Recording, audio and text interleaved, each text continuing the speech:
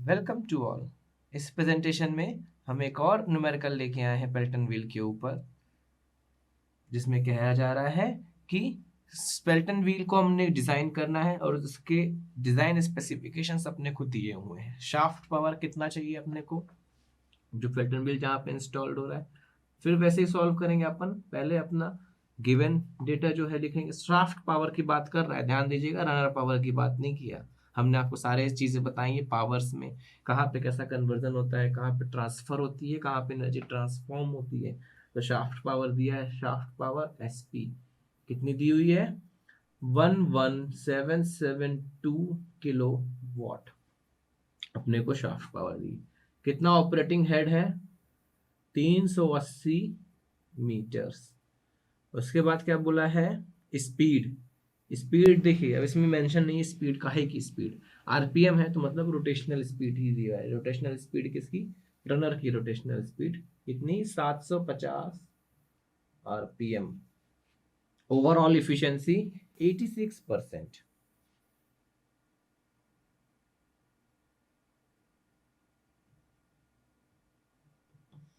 उसके बाद क्या बोला है, jet diameter is not to exceed 1/6 of the wheel diameter. तो जेट डायमीटर जो है, मैंने जेट डायमीटर कितना, डी कितना होना चाहिए, कैपिटल डी बाई 6 से ज्यादा नहीं होना चाहिए। ठीक है, इतनी चीजें अपने को गिवन है। और एक चीज दी है, कोफिशिएंट ऑफ वेलोसिटी दिया है, सीवी कितना, 0.985। और स्पीड रेशियो दिया है अपने को, के यू कितना, 0.45। ये दोनों चीज और दी हुई है। अब इसका टू फाइंड क्या क्या है देखते हैं। टू फाइंड, पहली चीज पूछा है व्हील डायमीटर कितना है, ये निकालना है। तो पहली चीज व्हील डायमीटर को कैपिटल डी से डिनोट करते हैं। मैं यहाँ पे शॉर्ट में लिख रहा हूँ, आप जब कन्वेंशनल प्रॉब्लम सॉल्व करेंगे किसी भी एग्जाम में तो यहाँ पे लिखिएगा व्हील डायमीटर ब्रैकेट में कैपिटल डी से हमने रिप्रेजेंट किया है। क्यों सकता है जो भी चेक करो उसने किसी और टर्म से यूज किया हो तो आप मेंशन करो। यहाँ पे हेड के ब्रैकेट में एच, शाफ्ट पावर ब्रैकेट में एस पी, स्पीड ब्रैकेट में, आपको पूरा मेंशन करके लिखना होगा। ठीक है, पहली चीज भी। दूसरी चीज, number of jets required means number of jets required को हम किससे डिनोट करते हैं, जेड से। तो आपको लिखना होगा number of jets required, Z, या एन से डिनोट कर लीजिए सीधे सीधे। उसके बाद diameter of jet, diameter of jet मतलब क्या बोला, स्मॉल डी भी पूछा है। ये तीन चीज अपने को पूछी गई है। तो सबसे पहले अपन लोग क्या निकाल लें, अपना सीवी अपने को दिया हुआ है, हेड दिया हुआ है, तो अपन लोग वो निकाल सकते हैं क्या, क्या निकाल सकते हैं, v1 absolute velocity at inlet, cv root 2g h निकाल सकते हैं। तो निकाल लेते हैं। v1 cv कितना है, 0.985 root of 2 into 9.81 into head कितना है अपना 380 मीटर। सारी चीजें एसआई में है तो मैंने डायरेक्ट रख दिया, कन्वर्जन करने की जरूरत नहीं। तो यहां से अपने को सॉल्व करने पे v1 कितना मिला, 85.05 मीटर पर सेकेंड। ठीक है, उसके बाद अपन ले स्पीड रेशियो दिया है अपने को, स्पीड रेशियो कितना है, के यू। मैंने आपको बताया था स्पीड रेशियो कितना, स्पीड रेशियो को मैंने के यू से डिनोट किया था। स्पीड रेशियो के यू इज इक्वल टू, मैंने क्या बताया था, u अपॉन v1। लेकिन v1 में आपको क्या लिखना है, यहाँ पे v1 आपको सिर्फ रूट 2gh ही लेना है, cv वाला v1 नहीं लेना, ये बात ध्यान रखिएगा, इसमें हम लोग बहुत मिस्टेक करते हैं। v1 क्या लेना है आपको, ओनली 2gh। तो या तो बेहतर होगा आप स्पीड रेशियो को ऐसे रिमेंबर करें, u अपॉन रूट 2gh। मैंने आपको v1 इसलिए बताया था क्योंकि स्पीड रेशियो आपने स्टीम टरबाइन में पढ़ा था, उससे आप रिलेट कर सकें। लेकिन ध्यान रखिएगा cv उसमें इंक्लूड नहीं होता स्पीड रेशियो में। ठीक है, तो अपने पास स्पीड रेशियो है, 2gh से मल्टीप्लाई करते हैं, रूट ऑफ 2gh से मल्टीप्लाई करते हैं तो u भी मिल जाएगा। तो u is equal to u1 is equal to u2 is equal to, speed ratio कितना है 0.45 into root of 2 into 9.81 into 380 metres. ये इसको सॉल्व करेंगे तो अपने को क्या मिल जाएगा, u मिल जाएगा। कितना मिला u अपने को, u is equal to 38.85 metre per second अपने को u मिल गया। ठीक है, अब अपने को कैपिटल डी निकालना है, मीन्स रनर डायमीटर निकालना है। तो यू इज इक्वल टू कितना होता है, पाई डी एन अपॉन 60 होता है। तो यू कितना है अपने पास 38.85 is equal to pi D निकालना है अपने को। एन दिया है 750 आरपीएम अपॉन 60। यूनिट्स का विशेष ध्यान रखिएगा न्यूमेरिकल सॉल्व करते समय। तो यहाँ से आप डी निकाल लेंगे अपना, डी कितना आ जाएगा आपका 0.989 मीटर्स।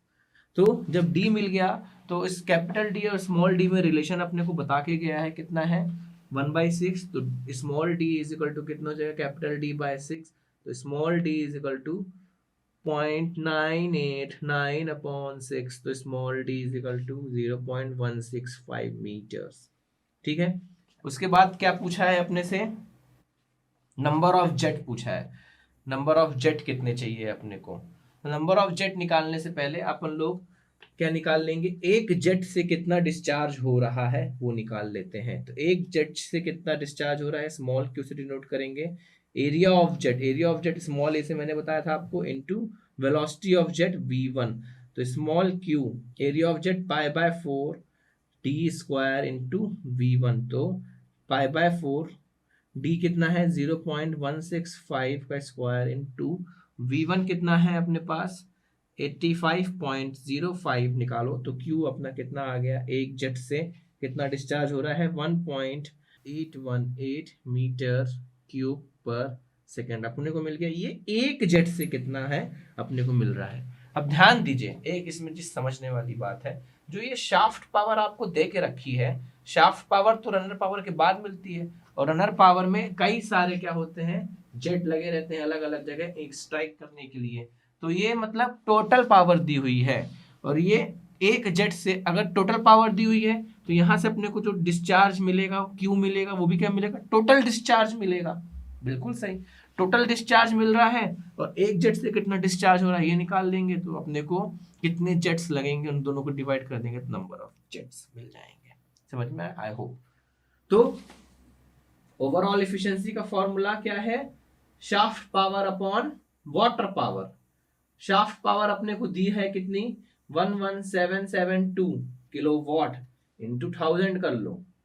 और रन अप वाटर पावर क्या होती है, मैंने आपको बताया rho g h q. Water power क्या होती है, रो जी एच क्यू। तो शाफ्ट पावर ओवरऑल एफिशिएंसी अपने को कितनी दी हुई है 0.986 0.86 अपने को क्या दी हुई है overall efficiency 11772 into 10 to the power 3 upon rho कितना है 1000, जी कितना है 9.81 इंटू एच कितना है 380, और यहां से क्यू निकाल लेंगे अपन लोग टोटल डिस्चार्ज। यहाँ पे क्यू क्या है लिख दो साइड में, Q is the total discharge, क्योंकि ओवरऑल से निकल रहा है ना। और अगर रनर से निकलता तो एक जेट की बात करते तो हो सकता, रनर में भी अगर काउंट करते तो रनर में भी तो बहुत सारे जेट आ गए थे।